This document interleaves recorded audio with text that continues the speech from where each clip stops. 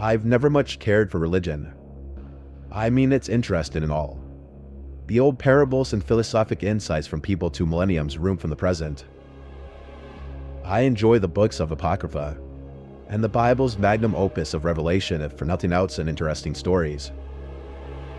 Even some of the tenets like an emphasis on strong family bonds and moral stature, and I can resonate with. But in the terms of a giant omnipresent entity that created everything yet loves us unconditionally, while watching our every move from unseen places. Yeah, I don't know about that. I still don't ascribe to a singular religious doctrine, but knowing what I know now, well, let's just say the title of atheist would be a little disingenuous. Staking my flag in that camp would contradict all my principles of the scientific method and first-hand observation. Try as I may, I cannot in good faith deny or refute what I myself witnessed. Calling whatever we discovered a god may prove a bit remedial and inaccurate, but there is no denying it. We found something. Science has at times become this sort of monolithic and infallible institution, one that suffers from the ostracization of fringe concepts that fail to breach the egotistic blockade. It is all too often wielded as a trump card to negate all that doesn't assimilate to the prevailing narrative. Too often, outlandish claims are torn asunder because no metrics exist to properly digest them. For all the good that it has brought, science is still not and will never be absolute. Nothing is. Absence of proof is not proof of absence. And what happened out there in that lab deep below the frozen streets of Stockholm now stands as a testament to my life, to all the ventures humanity has yet to embark upon. It serves as an anchor, and if I ever find myself drifting away into the blissful seas of cognitive dissonance, it is safe to remind me how small and naive I truly am. I graduated from UCLA with a bachelor's in physics, and an incredible opportunity landed in my lab. One of the professors had put in a good word for me, and I was contacted by a lab out of Stockholm and offered an internship. They were apparently impressed with my thesis, which delved into the topic of string theory and mathematic application to a universal process. I, of course, accepted the offer without a moment's hesitation.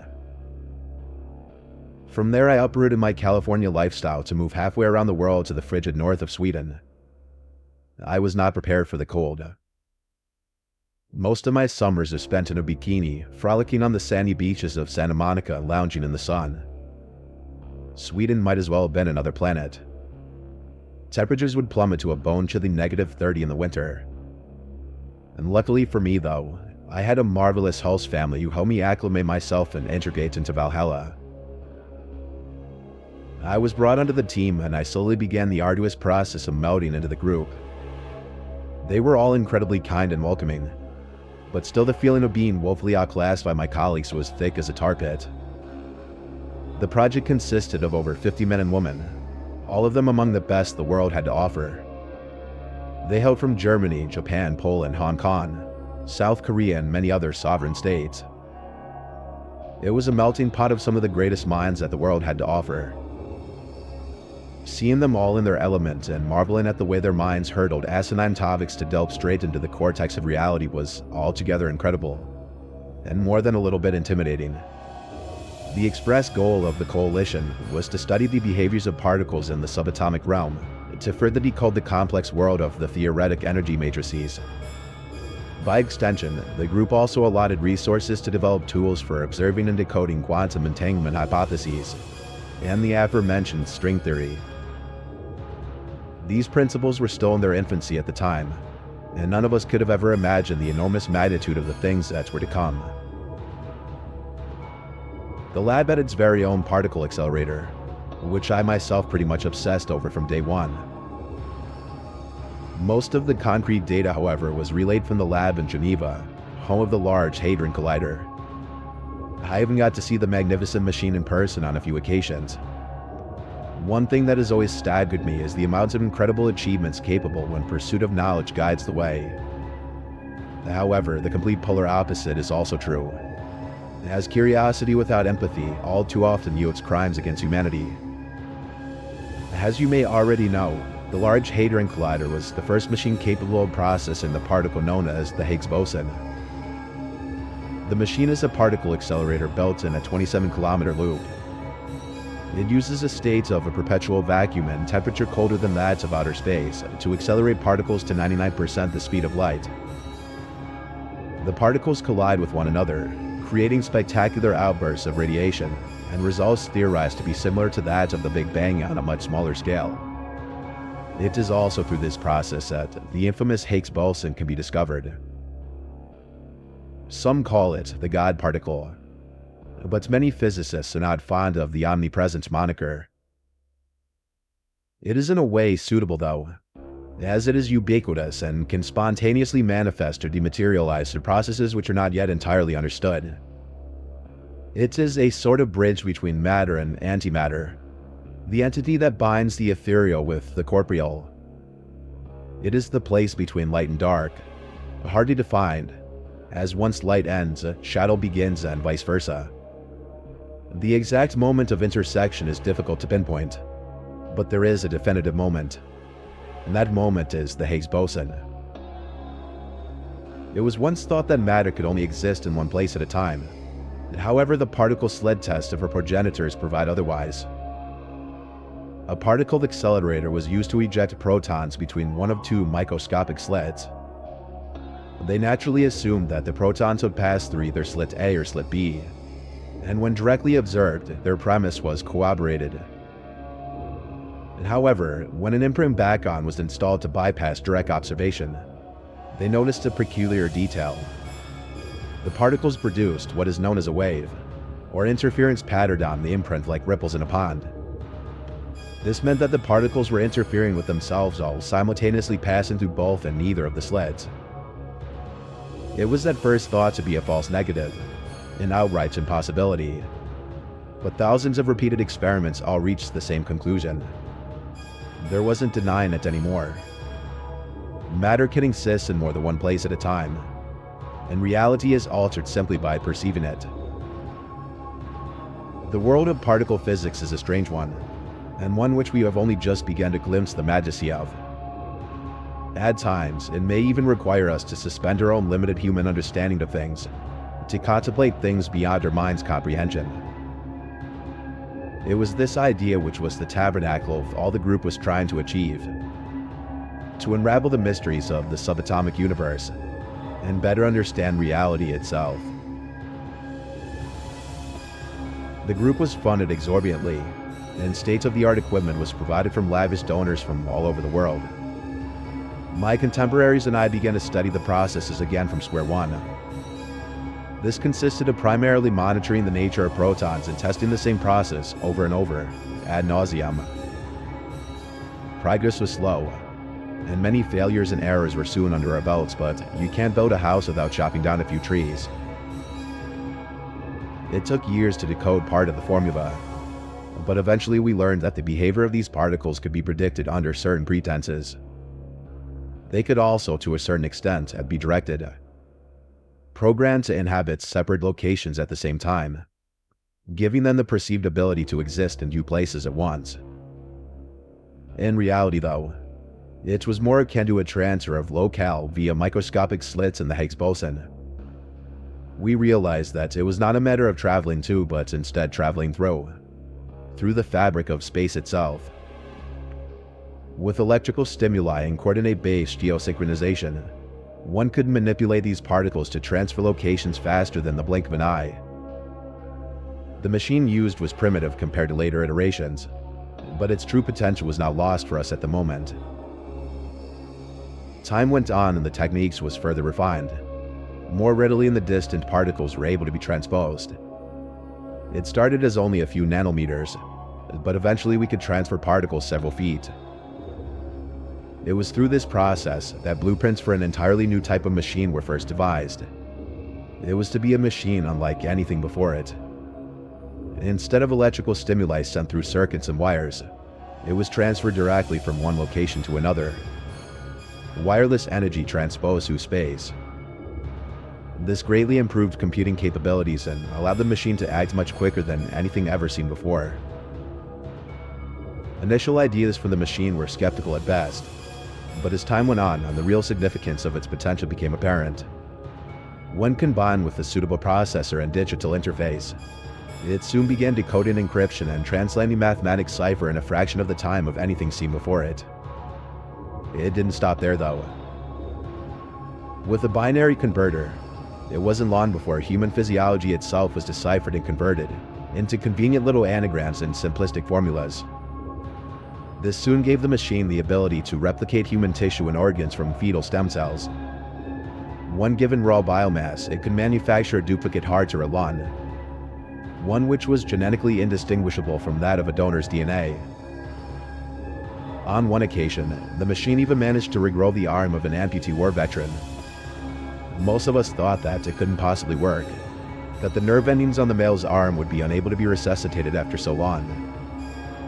But after 17 hours in surgery, when I saw the vet move his new fingers for the first time after transplant and cell resuscitation, I knew we had discovered something special. Disease and deformities were also a lot, able to be observed on a molecular level and eradicated before gestation. A virus or bacterial strain could be genetically reprogrammed to attack itself rather than the host. HPV, AIDS, the Black Death, the common cold, strep throat, gonorrhea. None of them stood a snowball's chance in hell against the unrivaled power of the machine. It could even reprogram human DNA to desired proportions, eliminating extra chromosomes and restoring neural pathways to reverse entropic cognitive illness like dementia and Parkinson's. Even pre-birth conditions like cerebral palsy and microcephaly were in the process of being all but eradicated. It wasn't just organic material either. The machine could take a block of carbon and alter its isotopes to create carbon-14 and elicit radioactivity. This proved interesting for further power possibilities as the machine demonstrated potential of creating its own fuel source. But there was another more pertinent discovery. By rearranging the number of protons in the atomic nucleus, the given element's atomic weight was altered, thereby turning it into another element altogether. The machine held the power to change the very building blocks of the universe itself. It could turn copper into gold, bromine into iodine. And I think it was then that we had first realized the scope of what it was that we had created. The application for the machine seemed endless.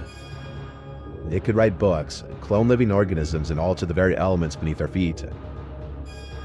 It was the Philosopher's Stone, the Holy Grail and the all-seeing eye in one convenient little package. The Deus Ex Machina.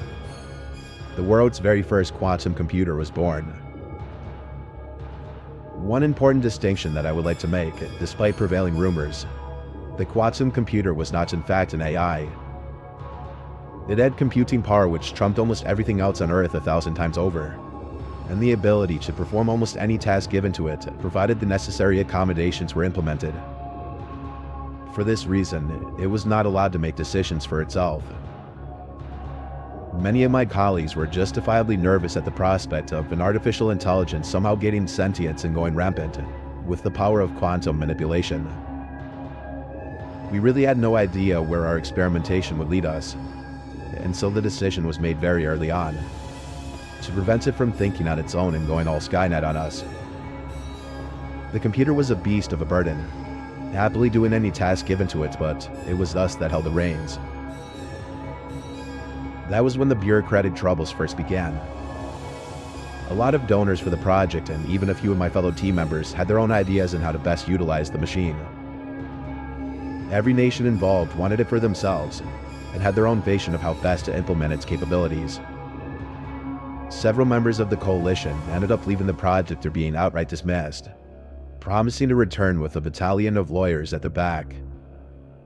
One man was even caught attempting to smuggle data from the lab and detained to await prosecution. The reigning project overseer was also relieved of duty. In his place, Dr. Henrik Lundgren assumed the role of the director of operations. Dr. Lundgren is a dear friend and a brilliant mind. That's what makes his fate lie so heavily on my heart.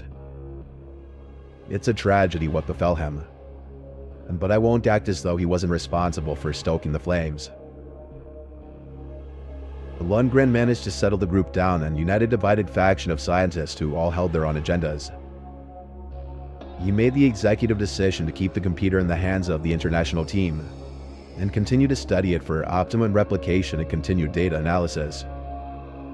All those who didn't abide were dismissed or removed physically as the need arose. Lundgren had toiled for years in development of the machine's virtual capabilities and decided it was best to invest more heavily into it. It took months of development, but soon a fully functional Sims-esque program was up and running. It was phenomenal. The simulation was modeled to be an exact carbon copy of our own world and held all the coordinating pieces within it. All the people, animals, and nations. Augmented control apparatuses were then developed to allow us the ability to view the computer's creation firsthand. The simulation that it created was so visceral that none of us could even perceive that they were in a simulation at all.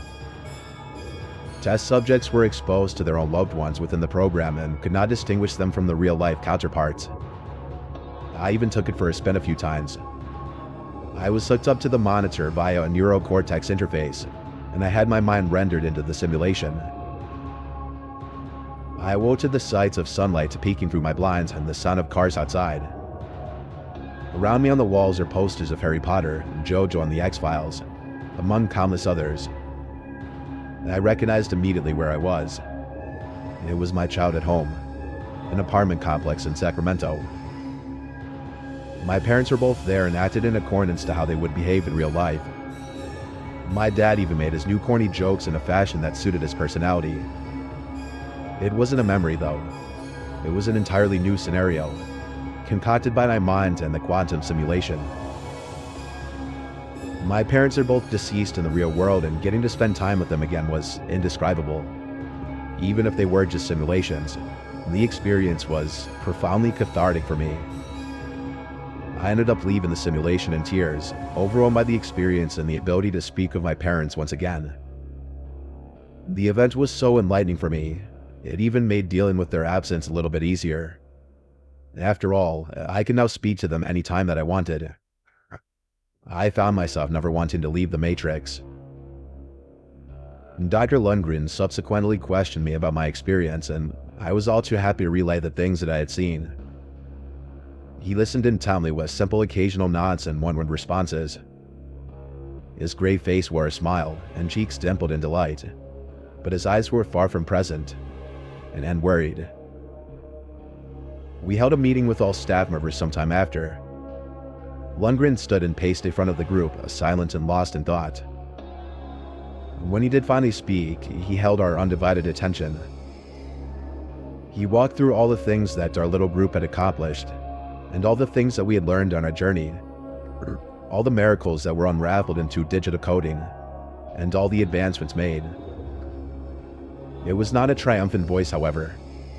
It was somber, as if none of it truly mattered. He then first proposed his theory. Here we were with an entire simulated universe at the tips of our fingers. A digital reality created and maintained by a machine that we had built. A simulation which was so authentic that none of us could tell apart from reality itself. And if we had the power to create that, how did we know that our own universe was not the result of the same process? How did we know our reality was not in fact just a simulation? An unnerving silence befell the rest of the group as Lundgren concluded his epiphany. All in attendance seemed to silently contemplate the idea, with a noticeably nervous aura now lingering. There wasn't much said after that, but there didn't need to be. We had an entirely new goal. Upon returning for work the following day, I immediately noticed that several of our colleagues had abandoned the project without so much as a goodbye. Only 7 of us remained, among which was the prestigious Henry Lundgren. He was changed though. His upbeat optimism and inquisitive attitude reverted to an impatient, gibbering wreck of a man. He became hostile to prolonged questioning, and I could see the idea gnaw on his mind as he walked the tightrope between madness and genius. At times, he appeared on the verge of catonic psychosis. He would ramble and talk to himself, and pretty much stopped leaving the laboratory altogether. we set our sights on a new task: to dismantle and test the hypothesis of Lundgren, to develop an ability to break through the boundaries of our suspected simulation and peer beyond our own reality, to glimpse whatever may lie on the other side. Nothing else seemed to matter anymore by that point. Life may be accidental, conscious too. Hell, even complete organisms like human beings, a result of genetic evolution and a bit of luck. However, a simulation is non-accidental. It requires an immense amount of dedication, programming and logistics, not to mention power and maintenance. The ability to compound digital worlds is not something learned or accomplished by accident. It takes time, resources, and brain power to even attempt it. And even then, it's no guarantee. The one concept that was off the table immediately was that the theorized simulation was a result of a natural phenomenon or random cosmic alignment. If Lundgren's hypothesis was correct, and our universe was indeed an illusion, then someone or something had indeed been pulling the strings behind the veil. Powerful as that quantum computer was, even it did not have the ability to glimpse directly into higher dimensions. As stated before, it took commands only from us, and could only perform tasks which we could coherently articulate to it. We realized rather early that directly viewing outside the boundaries of the universe was likely not possible. The only option was to send a message. Through remedial experimentation and dozens of ponderous sleepless nights, we finally had a breakthrough. Our reality is based on laws. Laws of motion, laws of attraction, laws of physics. These laws cannot be broken accidentally, but with quantum technology, they can be manipulated. Many believe that intelligent extraterrestrials were first alerted to humanity when the atomic bombs fell on Hiroshima and Nagasaki. Ours was essentially the same idea, demonstrating that we had the capability to toy with the quantum world in hopes of eliciting a response from a higher being. If we could break or bend one of these laws of reality, then perhaps the supposed orchestrator would be compelled to respond. One of the earlier discoveries that we had made was that of the concept of reverse time. Time is a measurement of something that occurs, and without anything to observe, time is meaningless. The concept only makes sense when in the presence of matter. The two concepts of space and time are coterminous, like light and dark or hot and cold. One does not exist without the other. Where there is space, there is time, and where there is time, there must be space. The opposite of matter is nothing but antimatter. A true nothingness or void of anything substantial does not exist. It cannot exist based upon the nature of existence itself. Antimatter is the invisible material which operates unseen and fills all the gaps which matter does not. All of it held together by the Higgs boson. If an opposite of matter exists, then an opposite of time must as well. Every action has an equal and opposite reaction, and all reactions must remain proportional with the force exerted. By utilizing the quantum computer, we had the ability to send protons back in time. Well, sort of. We could make them exist where they once had not been before they existed there, by using dark energy matrices and particle superpositioning to make them exist in two places at once. The discovery had actually been made sometime earlier, but never officially tested. It was restricted and marked as unbroachable, as many of our patrons were rightfully concerned by the prospect of unintentionally altering the past. Doing so could create a butterfly effect and wreak havoc upon the present. We were told vehemently that the reverse time experimentation was forbidden, but now we had a legitimate reason to take interest. It took some convincing on our end, but eventually, we were successful when we promised to unveil the greatest discovery yet. The parameters were set within the computer and the lab was prepped for the operation. A single seed of Dianthus caryophyllus was placed in the transparent reinforced container in the center of the room. The specimen was placed in a damp resin paper, and several little green tendrils had sprouted from its shell. The idea was to reverse the symbiotic metabolism of the test subject and cause it to rapidly revert to a zygote state. The seed would be directed to perform its life cycle backwards, thereby contradicting the natural forward flow of life and time. The parameters were finished and Lundgren stood by the machine, He glanced to each of us individually, a sullen demeanor and nervous twinkle in his eye. He looked to me last, and I nodded. Lundgren took a deep breath, adjusted his glasses, and flipped the switch. Immediately, the tendrils within the seed began to retract. They disappeared within the shell soon after, and the seed shrunk into the point in which it was no longer visible. The computer alerted us that the task had been completed, and silence descended upon the crew. We stayed that way for several seconds until a commotion from the computer drew our attention. An array of flickering lights and sirens began to wail like banshees, indicating an error of some sort. Suddenly, the seed reappeared and began to grow at an impossible rate. A mass of wriggling green tendrils erupted from the shell and pressed firmly against the case within seconds. It swelled within the chamber and violently ruptured a moment later, sending shards of glass catapulting throughout the room. I managed to duck away just in time, but others in the group were not so lucky. One man, Reginald Diabeck, was struck with a shard in the neck. The piece cut a gash across his throat, causing a thick crimson to spill forth from his gullet. He collapsed to the ground as others began to rush to his aid. Before we could reach him, the engorged serpentine appendages of the seed ensnared him, slithering around his neck and abdomen. Diabeck gurgled and terror filled his eyes as the green pythonic roots began to constrict him. I watched at a loss for words as Diabeck's wound sealed. His gray hair turned to dark brown. The wrinkles on his forehead and the bags below his eyes dissolved into his skin in a matter of seconds. The blackheads and liver spots on his cheeks soon followed suit. All of us watched, stupefied, as the process continued onward and Diabeck appeared to age backwards. Diabeck had to have been nearly 60 years old, but in a matter of moments he appeared as though he was a young man in his early 30s. He then went young adult, then juvenile, then teenager. Diabeck screamed in terror as his voice cracked from a gruff, raspy tone to a high-pitched, prepubescent shriek. His body shrunk in his clothes and his extremities retracted within his coat.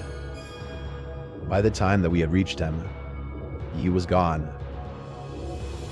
We didn't have time to gawk, as our stupor was interrupted by the computer blaring a warning siren, and a flickering plethora of lights designated an external problem of some sort. The display was a failsafe designed to protect the computer from malicious outside sources.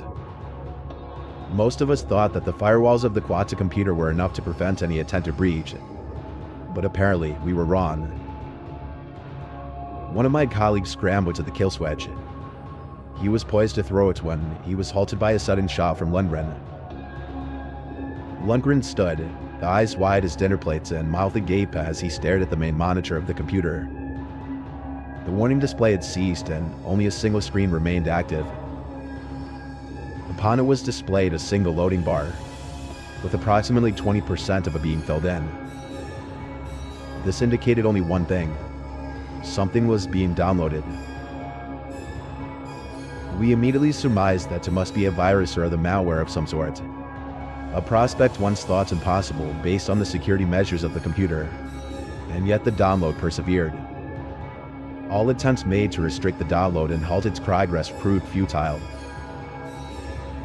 We exchanged nervous glances with one another, torn on whether or not to pull the plug and save our creation from hostile insurgents, or allow it to continue to whatever ends.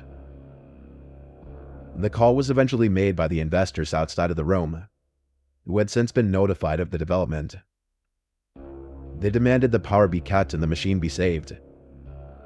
The computer represented a colossal investment, and the cost to repair or replace it if any damage were to ensue was not something taken lightly. Begrudgingly, Lundgren followed orders and commanded shutdown protocol.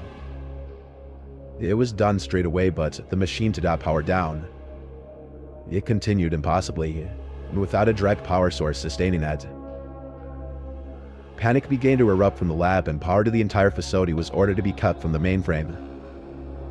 It was done within seconds and the room fell into darkness. The only light that remained was that of the main monitor as the download reached the halfway mark. The computer ground and whirred under enormous stress, as hundreds of fans shot to life to attempt to cool the Leviathan machine. We stood back, unable to make heads or tails of the development. There was simply no possible way the machine should have remained active, and yet it was. They continued to fill up the progress bar, powered by the fuel of some unknown outside source. With no other viable solutions at hand, barring physical destruction of the computer itself, we could do nothing but await for the culmination. The download finished several minutes later and the room fell into pitch black. We deliberated for a moment, before deciding our only recourse was to power up the computer once again. The mysterious file weighed an impressive 100,000 terabytes, enough to fill hundreds of normal hard drives, but just another drop in the ocean for the quantum computer. Once full mobility was achieved, a single never-before-seen prompt filled the screen. Unknown file type. Do you wish to execute the file? All attempts made to bypass the prompt failed. We quickly used a separate program on another screen to trace the file's origin, but to no avail. Now there's no hiding from a quantum computer behind a proxy or a VPN. It uses algorithm-based process combined with ping response speed to determine probable origin up to an accuracy of 99.999%. We're talking response time measured in millionths of a second, but for a quantum computer, it is as simple as the ABCs. Sure, A gets it wrong once in every million attempts, but the point is, it always has a guess. This time, however, we received a new message. Unable to determine file origin. Lundgren took a step back and pondered the situation and wiped the beads of glistening sweat from his brow. With nothing else at our disposal, he realized there was only one option left. And so he gave one last command. Open it. The computer began to render the file, the process taking several minutes to complete. It was entirely in binary code, and it eventually translated to a single message. Upon completion, 2 words in white font sat silently amidst a black background. I never thought 2 simple words could have such lasting effects on my psyche. Those 2 words that had made me question everything I ever thought I knew. The computer fizzled out moments later and shut down. All of us just kind of left after that. I returned home, overwhelmed by the events and left with a mystic sense of terror and still deep in my stomach. The following morning, I was called by one of the investors. He informed me that somebody had broken into the lab late the previous night and sabotaged the operation. The lab was lit ablaze and soon reduced to a smoldering pile of ash, and the quantum computer was damaged beyond repair. Whoever had done it possessed a security card and seemed to know the exact process required to dismantle the automatic sprinkler system. Police held a single suspect in custody, a man who appeared as an erratic mess in the center of a maniacal nervous breakdown. He was tried and convicted sometime later and declared it clinically insane. He was ordained to a mental health facility in northern Sweden, and it is there that he remains to this day. That man's name? Henrik Lundgren. I've never been able to properly assess just what had happened that day. The event has left me shaken and confused in more ways than I could possibly list. I don't suppose I'll ever be whole again. I just can't be. I know the truth, the reason for our meager existence. We had reached out far beyond, and something had answered our call. Whether or not it was truly what we would call God, I couldn't possibly say. But I will say, after what I saw happen to Diabeck and what became of Lundgren, I can't think of a better word for it. I think God is something that we never could have imagined. It holds us all within the palm of its hand, and with a simple flick of the wrist, we would cease to be. There is no love, and there is no salvation. There is only which lies beyond the margins of reality, that which we have no possible hope in understanding, let alone combating. One thing is also certain.